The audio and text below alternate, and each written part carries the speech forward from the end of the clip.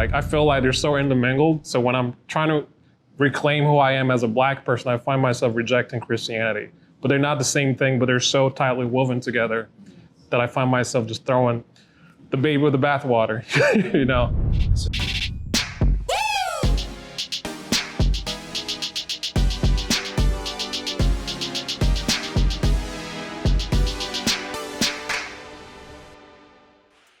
What's up, everybody? This is Lisa Fields, the founder and president of the Jude 3 Project, and I'm so excited because we have season 2 of Why Don't Go. Now, if you've been tracking with us for any amount of time, you know that we have a very popular series that we started last year called Why Don't Go. And the purpose of Why Don't Go is to sit down with young adults to discuss why they left the church. And the first part, we just love to listen to them. I feel like listening is an act of love, and we can't be good apologists if we're not good listeners. So the first part of this series, I'll just be listening to them for 4 episodes. And then we'll have Q&A where they'll get to ask me and my co-host Rasul Berry some hard-hitting questions about church and the faith. Season 2 is located in the beautiful city of Washington, D.C. I know you're going to enjoy the conversation. Well, all good things must come to an end, but I'm so excited that you joined us for this season of Why I Don't Go. And I hope that you enjoy this final episode where we're answering a number of questions from our amazing panelists. I hope you enjoy.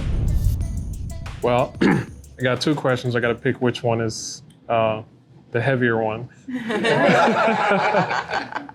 So I was raised in Eastern Africa, spent half my life there, and then I came to the U.S., spent nearly about the same time. And coming to America, I've come to grapple with what it means to be Black. As a Black immigrant, I'm wrestling with the influence Christianity has had in the world, but specifically with and against Black people. So as I've understood what it means to be Black, I have unconsciously, but eventually consciously distanced myself away from the church as a result of embracing who I am as a Black person. So how do you untangle Christianity or the church from the culture element of, like, for lack of a better word, white supremacy? Like, I feel like they're so intermingled. So when I'm trying to reclaim who I am as a Black person, I find myself rejecting Christianity. But they're not the same thing, but they're so tightly woven together that I find myself just throwing the baby with the bathwater, you know? That's a great question. Dennis, could I ask just a clarifying one? Sure. Because, you know, it sounds like you have maybe pretty self-consciously reflected on your identity formation from continent to the continent. Can you think of some specific things about that journey in terms of your ethnic identity that caused there to be a sense of a distance from the Christian?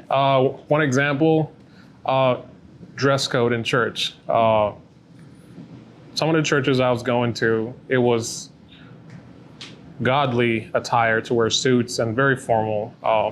The worship style, it was godly to worship, singing hymnals and a not very vibrant or dynamic style. And so as I learned more about Black culture and ways of expressing joy and whatnot, it was in direct conflict with what was projected as godly. So that's one aspect of a bigger conversation, but those are the examples that come to mind. No, that's great. And I can relate to that because I remember when I studied abroad in Cameroon. Right. And I remember my first time going to church and I saw a dude with like a white wig and like a black robe and it was like this Anglican church. And I'm like, he looks like one of those British judges that you see. Like, I was like, what is going on? And it was like these hymnals. And meanwhile, the culture around, you know, has this, you know, very vibrant, upbeat music and dance and is part of it. And I was like, what is this? And so what I was confronted with was a very colonized version of Christianity that when those missionaries came to, you know, preach, you know, the gospel, they also said, this is how you do it. They preached their culture as standard to that process too. And that's highly problematic, you know, obviously, for one, you know, because it sets apart, you know, European culture as the standard that people have to conform to. But while I was also there, fortunately, that wasn't my only church experience. I went to another spot where they had the, djembe in there, and they had the music and the upbeat and the sense of celebration that I knew that I had learned was part of the cultural experience and framework. And so that helped me to see that it wasn't endemic in terms of the faith itself. It had a lot to do with those who said, this is how you do something. This is how you do the faith. Now, taking a zoom out standpoint more broadly, because obviously when you look at the history of imperialism, of colonialism, many people have made the case that the two are interwoven. Like you can't talk about, Black Christianity without talking about slavery. And so what I have found is that too is a mischaracterization of history. And I started to discover and learn about the fact that Africa was really the epicenter of Christianity. If you look at Alexandria in Egypt and some of the main theologians, Tertullian and, St. Augustine and others were Africans, who by our American standards would be considered Black, and yet they had formed a church, but that was like in the first centuries of the church's existence. And even in Ethiopia today, the Ethiopian Coptic Church is very much, they like, remember that when you read Acts chapter 8 and that Ethiopian, official, went down south, like that's where we came from. Like they make that establishment. So that's happened before the gospel ever got to Europe. And so I think understanding the power of culture and the way that people become acculturated helped me to see, yes, there is an aspect of my faith that we need to decolonize but the thing is, that's just, honestly, when you think about it, that's just not in Christianity. That's just not in the church. That's in my academic experience. That's why I majored in Africana studies and sociology. That's in, the legal system. That's in all of the things. And so in every way, even for those who want to push back against it, it's all being kind of informed by this air pollution that we're all breathing and that we have to self-consciously detox ourselves from. So yeah, I think that's good. I think anytime you're in a kind of reevaluation of faith, I think it's important that we normalize it. Because I remember in undergrad, when I had my crisis of faith, when I was exposed to new information about like why I believe the Bible. And my first time thinking critically about my faith was when I was a little girl and the pastor was talking about offering. And I was trying to figure out how they was gonna get the money to God. Like that, I'm sitting there as a little girl, they're like, we about to give to God.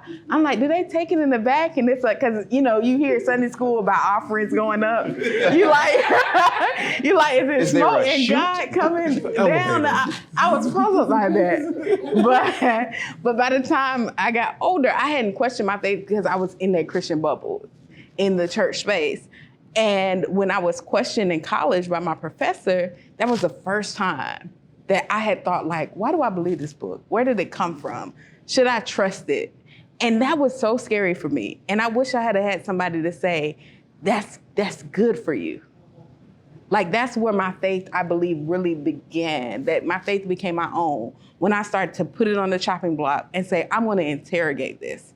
I'm gonna investigate why I believe this. I'm gonna see the history of this and then see what's real and what's not and weigh it in the balance. And that's when your faith becomes your own. So I think, it's a frustrating, a scary season, but embrace it and say, this is the faith I believe. This is the faith I've been taught. I'm gonna put it all on the chopping block. I'm gonna investigate it and see what is white supremacy and what is Christianity. See what Jesus said and what church people said. And really lean into that, because I believe that a faith that can't be tested can't be trusted. And if it's truth, you should be able to put it under 10 million tests and it still come out as true. As MLK said, truth pressed to the ground will rise again. So if you put your faith on the chopping block, if it's true, no matter how many times you investigate, no matter how many times you interrogate it, it'll still be true.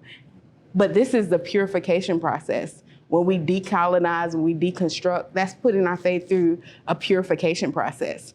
And the dross will fall off and the gold will rise to the top. And so I know it's scary. I know it's frustrating. I know it's time consuming and I know it's draining. I can remember coming out of class and going to my car in the garage and crying because I was like, God, I don't know if this is true. Like, I don't know if I should trust this book that my parents gave me since I was a child. Like, I don't know if I should trust it. Some things are not making sense. And my professor has a PhD and I'm a first year student. And what my dad has always preached to me, what my parents have always taught me, I'm looking at it, I'm testing it, I'm like, this is not, I cannot, like, I'm getting down tones. Something's not adding up. And so, that's why I have embraced apologetics, because it allows me to, like, put my faith constantly through the test, look at other faiths and how it relates to my own, and see what is true. And so that struggle for me became the ministry that God gave me. And so you never know, even if you're in this season, what God will do with you struggling and navigating and questioning it. You never know 10, 15 years down the line what he'll make. It'll all work together for the good of those who are called according to his purpose. I hope those. Amen. I did have one more question. Sure. We have 10 minutes. So sorry. You got some freedom too. With times changing and like people being more accepting and things like that, like, does Christianity change over time, and does it still remain authentic? Like, I want to add to that. Okay, I want to add to that question, because I've been sitting here thinking the same thing, and I've been talking about this for a while. When it talks about the Bible being the living, breathing, true word of God, right? And when you think about where Jesus says, he's like, "In greater work shall you go do." It's like church looks and says we have to replicate what Jesus did. He healed the man, we got to heal him. Okay, that's fine. I believe in healing, right? But like, I'm guessing, like, is there more? Should we be? Because if we look at it as times change, if we are looking at decolonizing the Bible, right, or looking at it through the lens of different cultural perspectives, to me, it seems like there's a transformation that has to happen for the biblical context as well, if purely based on the fact that the Bible we read, King James, New Living Translation, whatever version or translation you want to utilize, it's not the original text once it's been, translated out of Arabic and Greek. Like, what? Where are we? Like, where are we getting this from? I'm sorry, say that again. Like, it's like, where are we getting this from? Yeah. Like, and then it gets to a point, like, I'm realizing that we do need to give the church more grace. And humans are the only ones that make people pay for the same mistakes more than once. So, for example, when someone does something and it's not within word, it's like, and let's say they're a leader and have a leadership role, like, how do you get that back? Like, where do we? I don't know. Like, so where we at? Yeah, I do connect with that people aspect. I know that song by Jonathan McReynolds. They are the best and the worst you've created. It starts there. What I mean? Loving and hating and opinionated. And it's like, yup. But what you both are asking about, and it's really fascinating and is a very deep question, is to what extent does the faith or the way we express Christianity or the way you follow Christ stay consistent across what's timeless and what is timely? To what extent is there continuity, that is the same, old time religion? And to what extent does that need to be remixed into discontinuity? And that's a huge question that has all types of theological. Dang, I should ask that first. To interrupt you just for 1 second, when you answered the very first question and you said the subject, you named off 3 different types of series that you're doing in your ministry. That's progress. That's showing what could be across the board. That's growth, and that's where those are conversations that 10 years ago, I'm not even, probably 5, but we'll give 10. You wouldn't be able to have those conversations in any church, in the Black community. Yeah. And when you think about the conversations that they had, 30, 40 years ago, civil rights movement, they were doing something radical. And so the church changed because of what they were doing. When you think about the John Lewis's and the Martin Luther, they were radical for their time. So, what you just said is where we need to be going. We need more of that. More of this. But at what point does it get consistent amongst churches? Because it's like, you sound like you have a more progressive church, and then the other church is like, well, it's been working all this time, so let's keep it going. But it's just like, when they have 27 members left, they'll realize then it's time to change. I think, since Jesus' time, when he was on the earth, he couldn't even get them to be one. When he was on the earth, he said, God, I pray that you make them one. And this is Jesus praying to God. I can't get, I'm not sinless, but a sinless one talking to another sinless one, that we would be one. And that's God's prayer, that like to himself. And even with his prayers and his efforts, there's still not unity amongst us. So that just shows the level of difficulty. Is that a part of the human condition? That is the part of the human condition and the free will of man. Yeah. That God is so committed to our own free will that he will let us, even with his desire for us, let us have the space of choice. And I think we want unity, but we also want choice. And that's like, you can't really, it's what's the word where you guys, that's like oil and water after a while. Paradox. Yeah. But it is and it isn't, though, because what we also see in the scripture is this this vision for a new community, which is what churches ought to be. I'd heard a question earlier. I don't know if this was your second question about like why, if I have community fulfilled other places. That was my second question. Okay, I got you. Why? What's a church for, right? And you have to go all the way back to the beginning to answer that question, right? And when I say the beginning, I mean Genesis chapter 1. It says God creates Adam and Eve. It says, let us make them in our image and in our likeness. Part of the aspect, the interesting thing there is the hour. Why is hour there? Because God has revealed himself in a multiplicity. From the very Hebrew original language, Elohim is a plural word. It's a plural noun.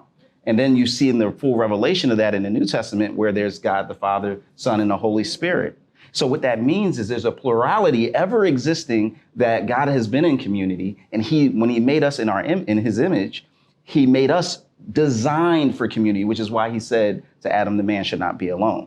People think about that only in a romantic or marriage context, but that has deep implications for our very humanness.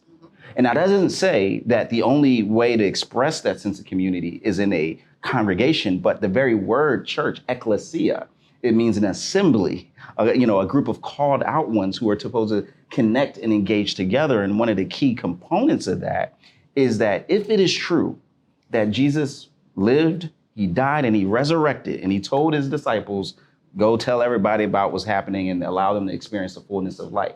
If he just pull back the veil of eternity and touch base, that means that there's revelation in this world of where people can experience and encounter God. And that and if that's true, that means I ought to orient myself, make space in my life to interact with that kind of community of people who have that kind of perspective and engagement. Because the reality is, whether you call it a church or whether you call it something else, we are all being shaped and informed by those who we're around. If you don't call it a pastor, or if you call it a mentor, if you call it a leader or a guru, whatever, someone is giving you insight about eternal things or transcendental things. And some of that is going to be accurate. Some of it is going to be inaccurate. Some of it is going to be helpful. Some of it's going to be destructive. Some people are going to use the same words and even the same book to actually point to a whole different gospel and try to lead you astray. And that can happen too. And in many cases has, from the stories that you've told. And yet at the same time, it's a both and. It's because I recognize I'm made for community, that means I ought to have relationships outside and connections with people who don't agree with me, from people from different spaces. And that aspect of progress and that vision that's less judgmental and more welcoming, that was always supposed to be the case in the first place. It's not like that was some new revelation. When I look back in Jesus, he said, look, love everybody, love your enemies. You know what I mean? So humans basically need a safe space. They do. Okay. That's consistent, I'm guessing. That's consistent. And I would say, to add to that, in the safest place is that which I can connect and commune, ideally, with the one who created me and the one who has helped shape me into who I am. And I can grow to get closer to him. Now, the reality, the gap between the reality of that statement and the truth, the principle of that statement, as you all have discussed, is pretty vast. And that's the messiness of the human condition. But I think the beauty in the ashes is to still aspire, to still strive, and to still extend a hand for that there is more and that there is better that's out there, even if I haven't personally experienced it. That's good. That's good. And that's a good place to end it. Thank y'all so much for just your questions and listening to us attempt to answer some of your questions. And I hope this is a model, and I hope we can create spaces in our churches where people can ask questions. And if you don't know the answer, say, I don't know. Or if you have an answer, try to answer with the best of your ability, with humility, understanding that you might even have gaps in your answer. But that's okay, because as we're building relationships and we're growing with people, we get better at answering questions, better at asking questions, but better at loving one another, showing grace, humility, and having peace with one another. So thank you for watching Why Don't Go Season 2, our DC edition. Thank you to all our panelists. Thank you to Rasul. I really appreciate all of you for taking the time to spend with us today. And grace and peace and God bless. Here at the Jude 3 Project, we're helping you know what you believe and why you believe it. Man, this has been an amazing series. We had 4 just listening sessions and 4 episodes of Q&A. I hope you got something out of this. Thank you for listening. We greatly appreciate it. Share this series with your family and friends and leave what you got out of it in the comments. God bless.